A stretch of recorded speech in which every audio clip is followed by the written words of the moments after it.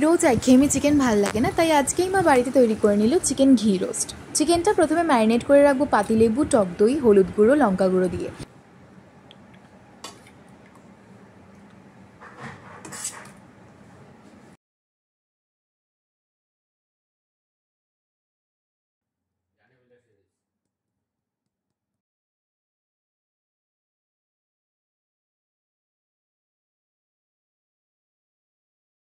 তারপরে একটি শুকনো খোলায় শুকনো লঙ্কা, গোটা গোলমরিচ, জিরে, ধনে, দারচিনি দিয়ে সেটাকে রোস্ট করে নিতে হবে।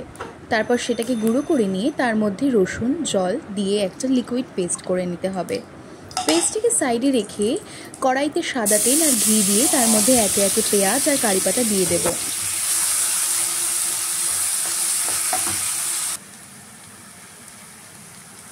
পেঁয়াজটা ভাজা হয়ে গেলে ম্যারিনেট করা চিকেনটা দিয়ে দেবো।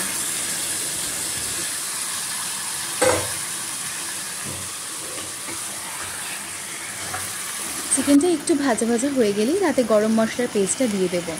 ব্যাস, তারপরে আর কি, চিকেনটা সেদ্ধ হওয়া অবধি ওয়েট করুন, তারপরে ওপরে ধনেপাতা ছড়িয়ে নামিয়ে নিন।